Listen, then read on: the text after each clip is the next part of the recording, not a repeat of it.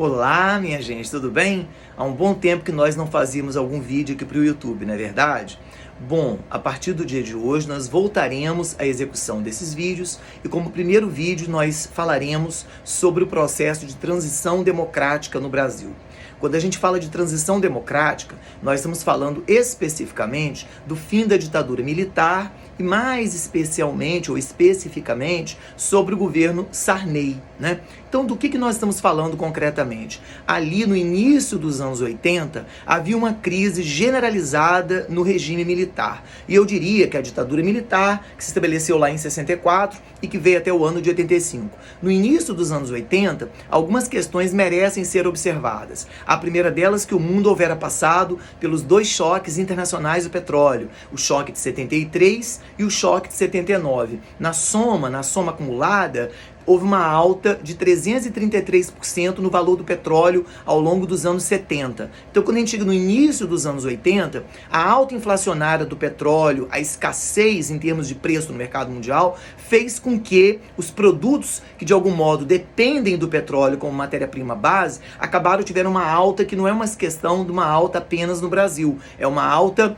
generalizada, é uma alta mundial. Estou falando de uma escala inflacionária que acabou alcançando não só as economias subdesenvolvidas, mas acabou atingindo também as economias desenvolvidas. É natural que os países mais ricos, Estados Unidos, países da Europa Ocidental, buscassem outras alternativas, fontes alternativas do petróleo, buscar petróleo em outras áreas que não fossem a OPEP, Organização dos Países Exportadores de Petróleo, mas isso, obviamente, também trouxe uma pressão, um arroxo em termos financeiros e fiscais dos países ricos sobre os países pobres. E aquele modelo de desenvolvimento que havia aqui no Brasil na época da ditadura militar, que era um modelo econômico, né, subsidiado, sustentado por uma linha de empréstimos, por uma linha de financiamentos dos capitais estrangeiros, aquele tal milagre brasileiro que veio ali particularmente do governo do general Emílio Garrastazu Médici, mas que acabou se estendendo também para dentro do governo Geisel e logo entra em colapso. Muito em função de quê? Porque esse dinheiro já não chovia como antes, esse dinheiro já não jorrava como antes, diante de uma crise internacional vinculada à alta do petróleo. O outro ponto é que a economia brasileira, então, começou a apresentar uma espiral inflacionária gigantesca. Uma espiral inflacionária, acreditem que hoje parece até uma piada a gente falar isso, mas houve um momento que a inflação bateu a cota de 2.500% ao ano. Isso é uma inflação insustentável. A moeda brasileira passou a valer absolutamente nada. E além disso, o regime militar, se isso já não fosse pouco, né, uma crise econômica sem precedentes, uma alta inflacionária, carestia de vida, escassez dos gêneros de primeira necessidade, uma espécie de alta tão grande que as prateleiras começam a não dar conta do que é a demanda, no sentido de que as pessoas até podem ir à prateleira para buscar, mas as pessoas não têm dinheiro para conseguir ter acesso a isso. Então há uma crise de fome também, uma crise humanitária que vai crescendo aqui no Brasil. E o outro ponto é que politicamente o regime era muito repressor, aquela história dos atos institucionais, AI-1, AI-2, AI-3, AI-4, chegamos até o ato institucional número 16, apesar de travestido de constitucional, né? Porque teoricamente tinha lá uma Constituição de 67 e a emenda constitucional de 69, mas apesar disso o governo governava com mão de ferro, né? Governava de maneira agressiva, dura, austera e autoritária. E aí havia uma onda repressiva e no frigir dos ovos a gente deve lembrar que só havia dois partidos, o MDB e a Arena. E passou a haver uma pressão muito grande para que houvesse a transição, uma transposição para dentro de um governo civis.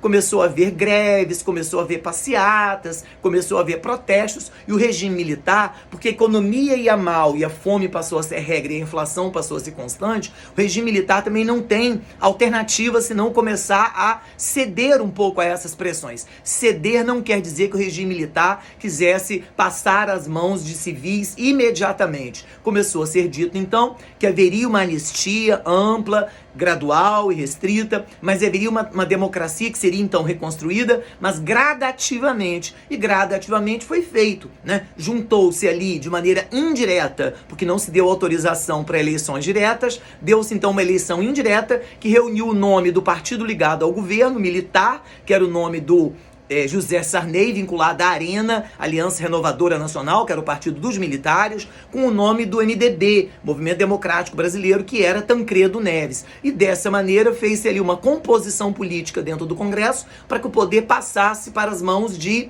civis. E aí, nesse sentido, a gente assistiu ali em 85 a eleição Tancredo Sarney. Só que Tancredo Neves acabou vendo a óbito, falecendo antes de tomar posse. E quem acabou dando continuidade seria Sarney. Mas observemos, Sarney é um homem que estava vinculado à própria ditadura militar. De algum modo, ele tivera sido senador da República durante o período militar, era o homem do Partido Conservador, era o homem do partido vinculado ao governo militar, a tal Aliança Renovadora Nacional.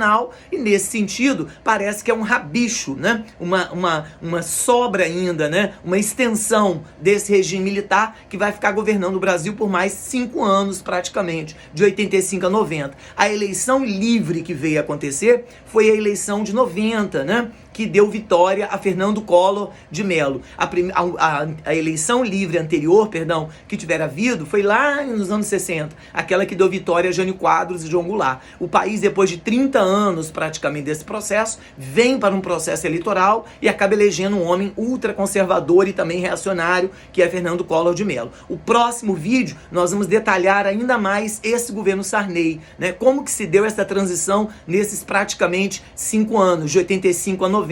Aí nós vamos detalhar alguns aspectos muito específicos do governo Sarney. O plano Cruzado, Cruzado 1, Cruzado 2, o plano Bresser, o plano Verão, né? Como que isso se deu e ao mesmo tempo algo de muito bom nesse período que a gente não pode dizer que não tenha sido, que foi a elaboração da Carta de 1988. Tá bom, minha gente? Fica aqui meu agradecimento e meu aguardo. Se gostou, dá um like, compartilha esse vídeo e faz o trabalho da gente crescer bastante. Muitíssimo obrigado.